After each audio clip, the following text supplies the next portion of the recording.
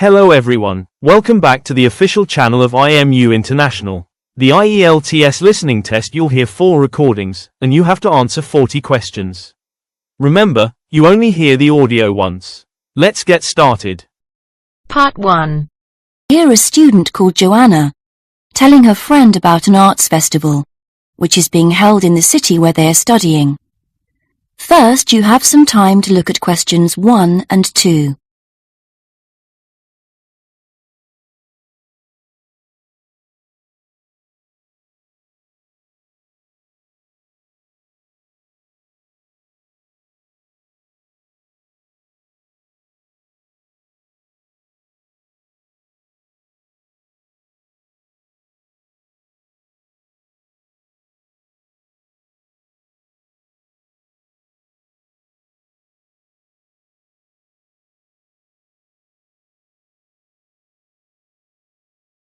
Now we shall begin. You should answer the questions as you listen, because you will not hear the recording a second time. Listen carefully and answer questions 1 and 2. Hi, Joanna. Where have you been? Hi, Dave. I had to go into college to return a DVD I'd borrowed from the library. Oh, right. But while I was there, I got some information about the City Arts Festival that starts next week. Oh, yeah? I saw a poster advertising it somewhere. Yeah, and I picked up this leaflet from the library. It gives you the website address. So as I was there, I logged on to get more information. Actually, although they've got the full programme of events fixed now, you can't book online, which seems strange. There's a number to phone, though. And are there student discounts? I guess so, but I didn't notice. Anyway, there are 3 things I'd like to see. An Italian film, a rock concert, and an art exhibition. Oh, The exhibition's free, and you don't need to book, so I'll definitely go to that. But I'm going to get tickets for the film in case they sell out. good idea. You can always buy concert tickets at the door, because that's in a really big hall. Right. Before you listen to the rest of the conversation, you have some time to read questions 3 to 10.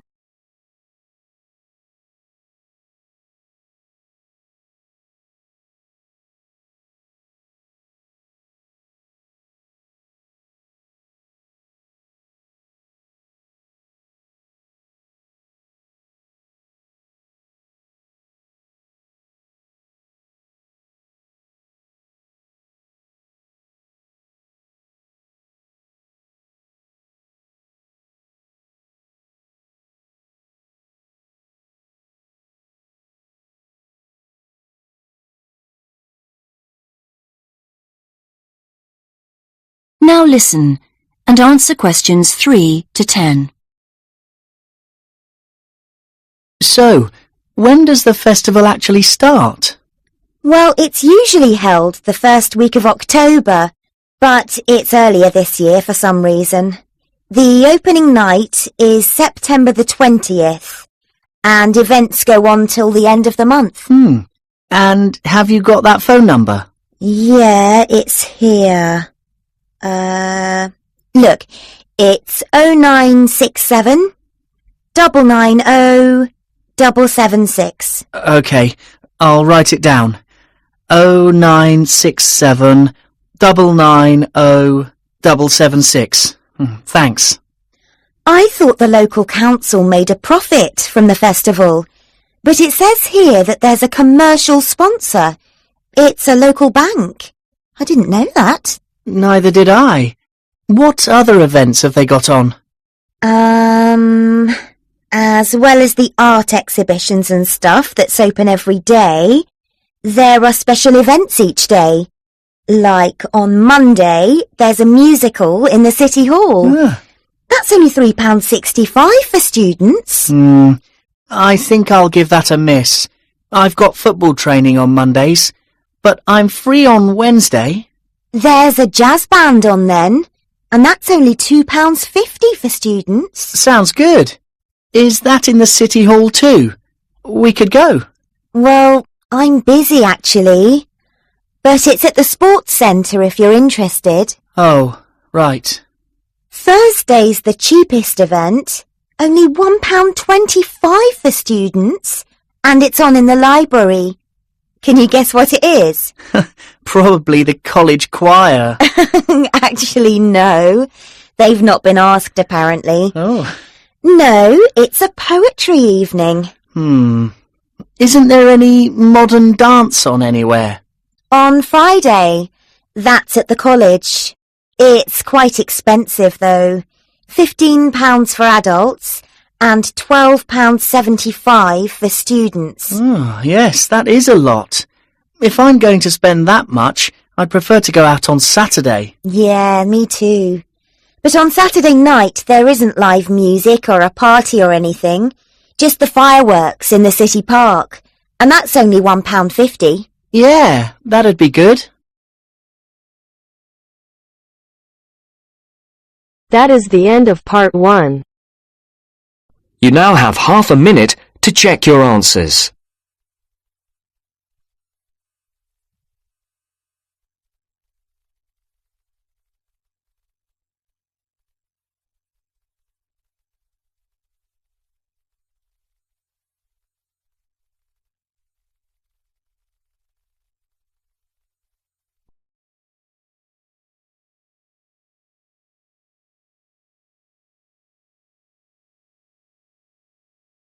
Now turns to part 2. Part 2. You are going to hear a conversation between a student and a driving instructor. First, look at questions 11 to 14.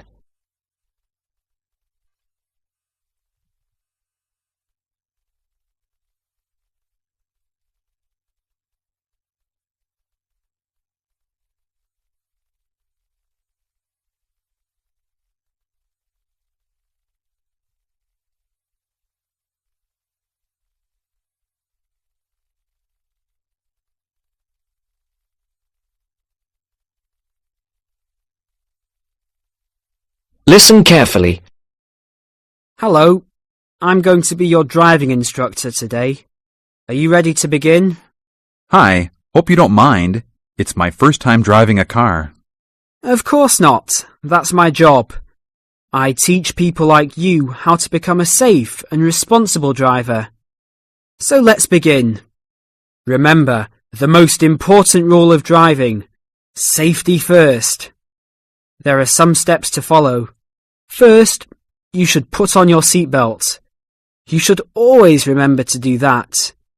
In case of an accident or emergency, having a seatbelt on is of utmost importance. Okay, I have my seatbelt on. Now what should I do? Start the car. Good. Now make sure that the steering wheel is in the proper position and that your seat is not too far or not too close to the pedals. I'm all ready to go. Should I shift into first gear? Don't forget to put the parking brake down. You don't want to drive with that up. Oh yeah, I almost forgot. If I have the parking brake on, I won't be able to accelerate. Yes, that's right. Now put the car in reverse and slowly back out of the parking space. Good. Put the car in first gear. When should I shift?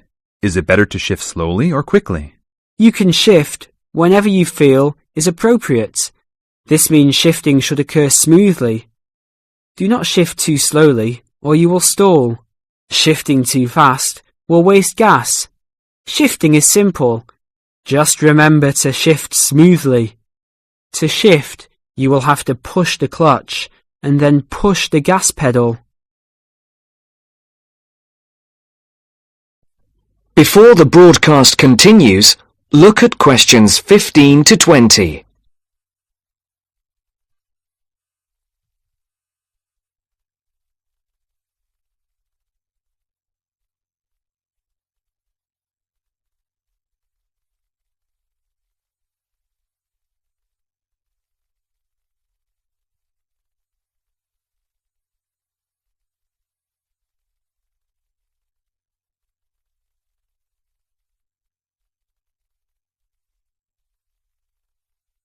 You will now listen to the second part of the talk. Remember, smoothly is the key to good shifting. Like this? Yes, that's good.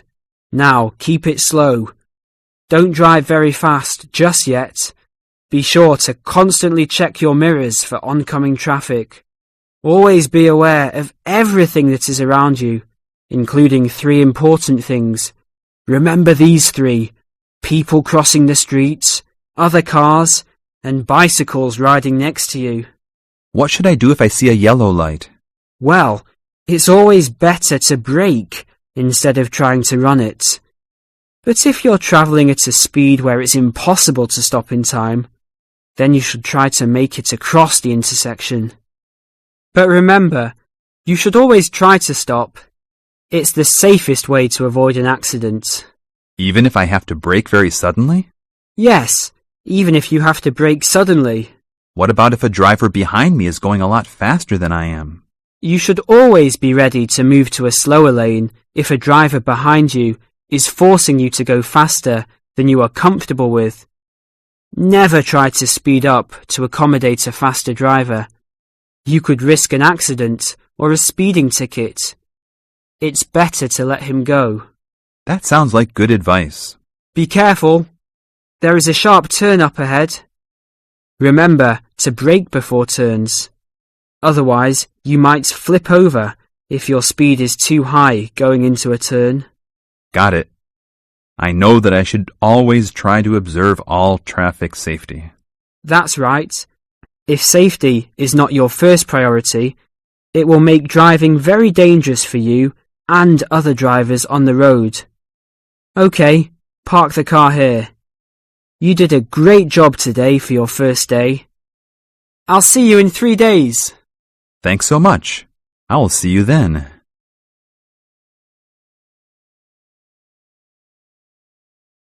That is the end of part 2. You now have half a minute to check your answers.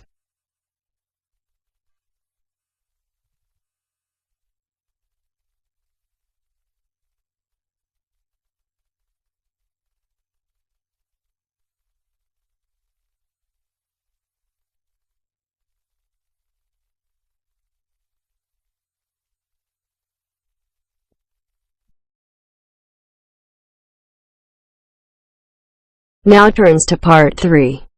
Part 3. You will hear 2 undergraduates doing a research methods course. A girl called Leela and a boy called Jake having a seminar with their tutor. Now you have some time to look at questions 21 to 24.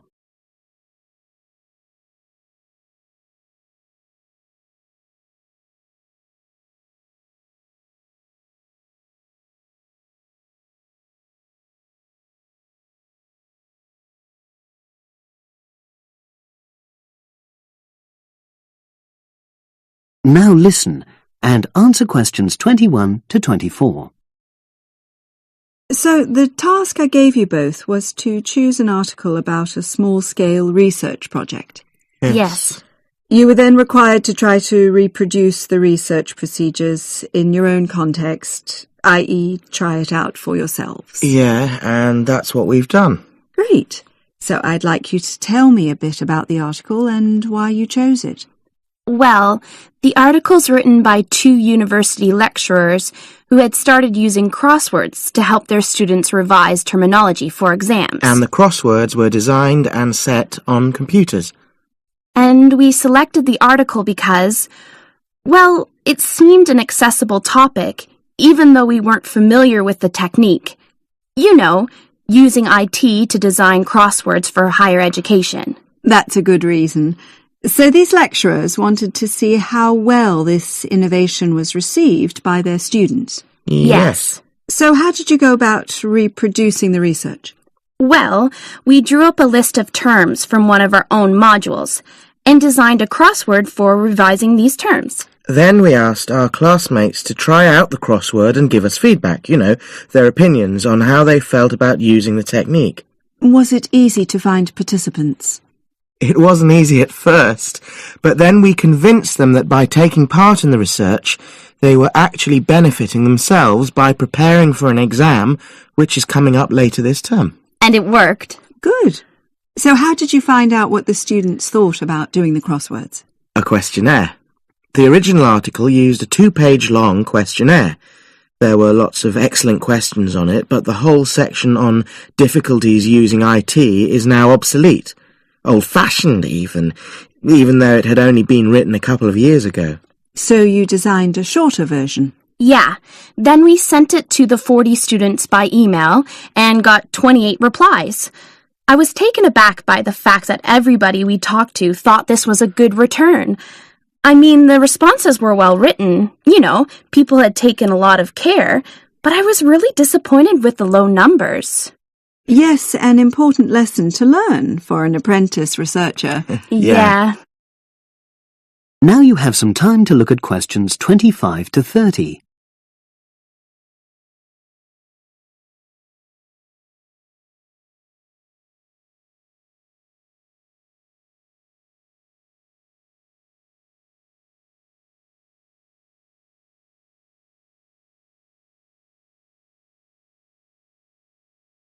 Now listen and answer questions 25 to 30. So what results did you get? Well, basically, the responses were extremely positive. The students said that doing the crossword on a computer helped them really focus on the work in hand and not be distracted, which is something that commonly happens with other ways of doing revision. Yeah, that was really clear. But something that struck me was that having fun hardly featured in their responses, nor did anything to do with spelling of hard words, which I thought would be an obvious benefit. No? Okay. Respondents also said that doing the crossword hadn't really increased their general motivation to study, but that it had highlighted the gaps in their memory so they knew what further work was necessary. Right. So how did your findings tally with those of the original researchers? There were lots of similarities, but... There were probably two main differences. We found that more males than females liked the technique, whereas the original study found the reverse. Also, our respondents said they wouldn't mind doing a crossword as a final official exam, whereas in the original study, students said they would hate doing it even if it meant having a shorter test. But of course, both sets of respondents said they'd be interested in doing more crosswords for informal purposes, revision, and so forth. Right. So let's have a think about the whole project and what you've learned from doing it. Well, it was very time-consuming. Yeah, and I don't think we managed that aspect very well. It could have been worse. I mean, we didn't have a lot of data, so we didn't have to spend ages processing it. And of course, we'd already done a course on numerical data processing, so there wasn't much new there. Yeah, that's true. Anyway, I think we designed our questions well so that they gave us manageable data. Yeah, it really helped having the original study to guide us, as it were. And that helped us to see what a good research instrument is. What a good questionnaire should be like. Absolutely. We got a lot from that. But when we were writing up the project, I'm not sure whether we'll know how to acknowledge the work of the original study. You know, our referencing. No, that's something we'll both have to work on in the future. Actually, that part's been great. Finding ways to share and support another person. That's the real plus from the project. Learning ways to do that. Well, it's obviously been very successful.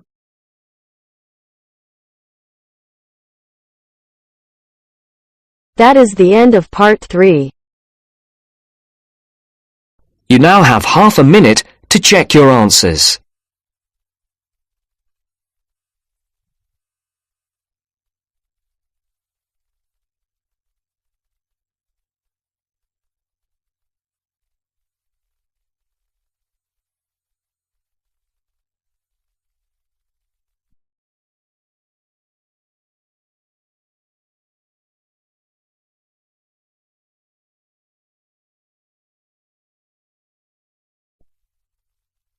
Now turns to part 4.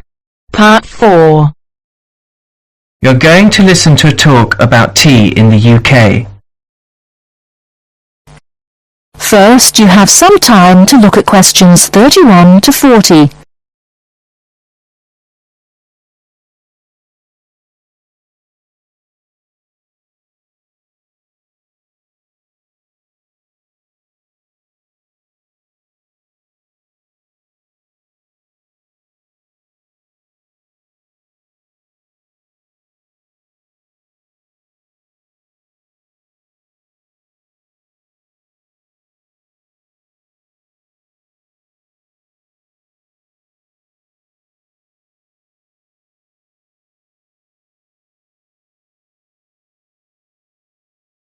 Now listen carefully and answer questions 31 to 40.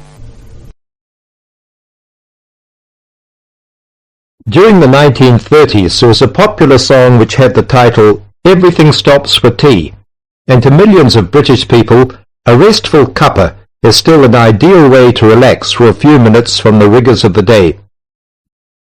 The English custom of drinking tea has its roots in the 17th and 18th centuries. When first imported to Britain, the exotic cha, or cha, as the Chinese tea was variously called, was considered a man's drink to be enjoyed with colleagues at London coffee shops. These were popular meeting places for many walks of life: politicians, lawyers, poets, actors, and writers. Many London clubs began in this manner, and the famous Lloyd's Insurance underwriters started out as Lloyd's Coffee House. In 1706, the first coffee house that offered tea was Tom's Coffee House, owned by Thomas Twining. He realized that he needed to introduce an added attraction to compete with the many other coffee houses in London, and tea was rare, exotic, and extremely expensive. With these credentials, tea became an exclusive drink and enabled Twining to open a tea shop under the sign of the Golden Lion in the Strand. By the 18th century, the ladies of the more affluent classes were going China mad, using tea as an excuse for displaying their extravagant purchases of Chinese porcelain and Dresden tea sets. A comprehensive tea tray would consist of a teapot and stand, teacups and saucers, sugar bowl, milk jug, and basin for discarded tea and tea leaves. Tea was still expensive and kept in locked tea caddies. Skilled craftsmen fashioned caddies of carved inlaid woods fitted with crystal and precious metals. To ensure the servants weren't tempted by this priceless commodity, the caddy was kept locked, and only the mistress of the house held the key and prepared tea when guests came to visit. No well-brought-up young Englishwoman could consider herself socially acceptable unless she knew how to brew a proper cup of tea. As the 18th century progressed, changes in commerce and working hours resulted in the main meal of the day being taken much later in the evening. The prospect of lasting from breakfast until evening did not appeal to the Duchess of Bedford, who is usually credited with being the first to alleviate late afternoon hunger pangs by introducing a small 4 o'clock meal served with tea. With time, the light, wafer-thin toast or delicate white bread gave way to exotic fillings like tomato and egg, cucumber, chicken, or potted shrimps, followed by buttered scones, crumpets, or elegant pastries. The popularity of tea continued to spread, but it was not until 1839 that the first shipment of Assam Indian tea was landed in Britain. A healthy trade with India was soon established, and tea clippers, like the Cutty Sark, now a museum in a dry dock at Greenwich, were reaching the peak of their sailing days. In 1879, the first limited shipments of Ceylon tea began to arrive, and by 1880 this had been firmly established alongside Indian and China teas, giving the broad range of teas that are available today. There have been few changes in 3 centuries of tea trading. London is still the centre, and indeed Twining still has a shop on the site of the original Tom's Coffee House at 216 The Strand. The name Twining has been linked with tea for over 280 years, Indeed, it was Richard Twining, in his capacity as chairman of the dealers of tea, who in 1784 persuaded Prime Minister William Pitt to reduce the high tax on tea, making the beverage more accessible to the general public. That is the end of part 4. You now have half a minute to check your answers. That concludes today's IELTS listening mock test. How did you perform? Compare your answers with the key provided to see your estimated band score. If you're ready to take your preparation to the next level, join us at IMU International. From intensive IELTS workshops to free student visa consultancy, we provide the expert guidance you need to succeed in 2026. Visit our centers in Navsari or Billamora to start your journey today. Don't forget to like this video and subscribe for more professional training from IMU International. Good luck with your studies, and we'll see you in the next session.